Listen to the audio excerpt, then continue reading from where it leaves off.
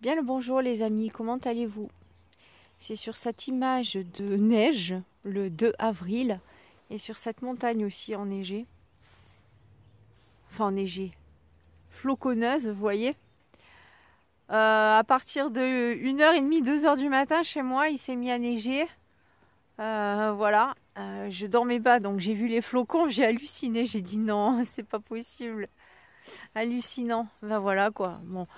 L'année dernière, par contre, il faisait très bon au mois d'avril. Cette année, bon, on a de la neige. C'est pas tellement le souci, la neige là, qui tombe comme ça, qui me pose problème. Parce qu'avec la chaleur du sol, elles fond. Ce qui me pose problème, c'est que j'ai peur que ça gèle. Et que ça gèle notamment, vous voyez, sur les petites amandes là, qui sont sorties. Alors, je sais pas si elles vont être toutes fécondes, si elles vont toutes grossir. Mais là, si on a un petit gel qui se pose dessus, elles vont griller, quoi. Et cette année, apparemment, il est chargé d'amandes.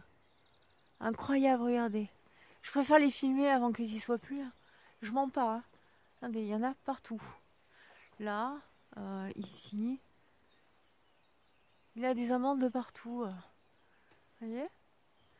Donc, si cette nuit-là, on se tape un petit gel, parce que apparemment, il a fait moins de 2, hein, d'accord? Donc, si on se tape un petit gel, il a fait moins de 2, mais avec un peu la neige, vous voyez, et un peu la chaleur du sol. Là, s'il y a le soleil qui sort, et j'espère qu'il va éclaircir le ciel et qu'il va faire beau aujourd'hui, on a peut-être une chance d'avoir un sol réchauffé et le gel qui va pas trop avoir d'impact. Mais peut-être pas sur les amandes. Enfin, je sais pas. J'espère, franchement, croisez les doigts avec moi, les amis, priez pour que les amandes ne grillent pas, si je peux dire, hein, mauvais jeu de mots, mais bon, avec ce gel. Et oui, les amis, on a vraiment un changement de saison. Et franchement, on met tous de la mauvaise volonté quand même à vouloir changer les choses. On est toujours dans une surconsommation qui n'est pas du tout éthique et écologique. On va chercher des produits peu chers en Chine. On a des hommes politiques, on les laisse trop faire. On a un laxisme sur ces hommes politiques qui ne mettent qui font certes des G7, des G27, tout ce que tu veux en chiffres, mais qui n'appliquent absolument rien. On se demande si c'est pas du tout pour le confort et pour la réunion de déguster des petits fours. Mais en attendant, ces voyages utilisent beaucoup de biocarburants, d'hydrocarburants, pardon. Ben non, pas bio justement, d'hydrocarburants pour trimballer tous ces petits culs, hein, si tu veux. Mais je veux dire en action, il n'y a rien. Concrètement, il n'y a rien. Ça fait combien d'années qu'ils nous parlent de l'écologie? 20 ans au moins. Est-ce que vous avez des actions de recyclage importantes? Est-ce qu'il y a des actions concrètement de recyclage, de consommation éthique, d'entreprises françaises, écologiques, etc. Concrètement, il n'y a rien. C'est pour ça que nous avons notre planète, et c'est nous tous responsables. Notre planète qui part en vrille et qui... c'est une alerte à quelque part. C'est une alerte, ce dérèglement climatique. Vous voyez, c'est une alerte pour nous dire, pour nous prévenir. Enfin là, si on ne voit pas quand même, pour nous prévenir, je me dérègle complètement. Et si je me dérègle, vous allez avoir du mal à vous alimenter. Et vous allez avoir du mal à vivre.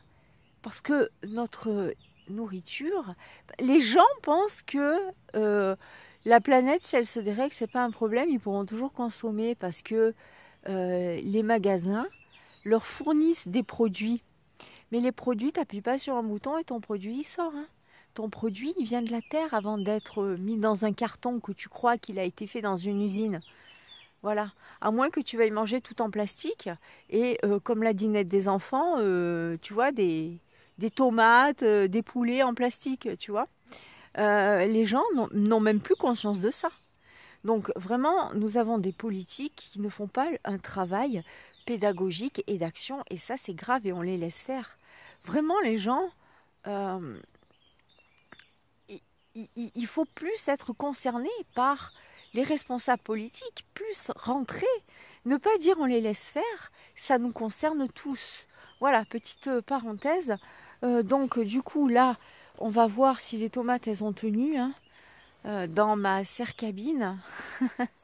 Donc je me suis couverte en plus. Je vais vous poser, je sais pas où, peut-être ici. Voilà, en attendant, je vous pose ici et puis on va découvrir si les petites pousses de tomates ont tenu.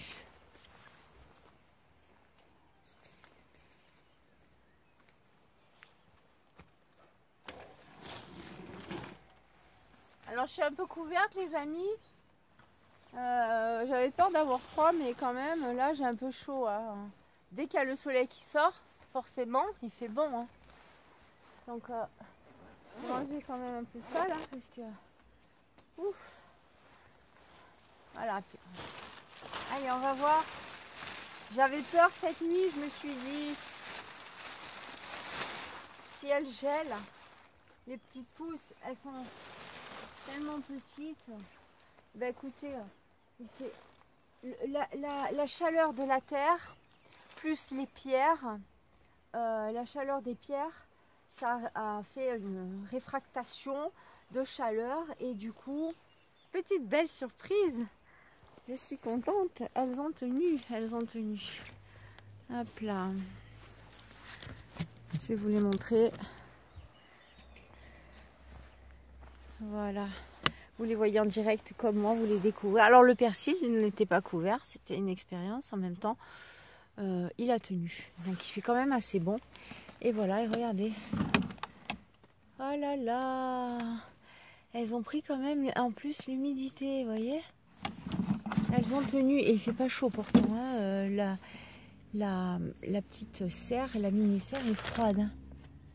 Alors, qu'est-ce que je fais? Vous voyez, elles ont tenu. Qu'est-ce que je fais? Est-ce que je les laisse comme ça ou je les remonte dans la serre là-haut, vous voyez? Parce que franchement, je pense qu'il va faire beaucoup plus froid cette nuit. Non mais c'est dingue, hein. C'est dingue. Voilà. Bon mais je suis contente, j'avais trop peur. Je pense que je vais leur mettre un triple plastique à mon avis. Mais bon, quand même, il y a une belle protection. Ça va quoi. Plus les pierres, là, vous voyez, le mur en pierre qui protège. Bon, là-bas, c'est un petit peu ouvert quand même. Je vais essayer de fermer. Donc voilà, c'était pour vous montrer si les tomates avaient résisté à -2 dans ma serre cabine. Voilà, bah écoutez, après aussi ce petit coup de gueule, non mais je vais ramasser mes salades, je vais les couvrir de plastique de nouveau pour pas qu'elles gèlent. Cette nuit, je pense que c'est cette nuit. C'est mitigé le temps, vous voyez, entre ciel un petit peu bleu et voilà, grisonnant. Mais ils ont annoncé quand même couvert cet après-midi. Alors je sais pas trop. Je vais refaire une vidéo là pour vous montrer la planche numéro 4. Donc voilà, c'était une petite vidéo. Les bleds prennent bien, la salade là est à ramasser. Si ça gèle aussi, faut faire attention, voilà.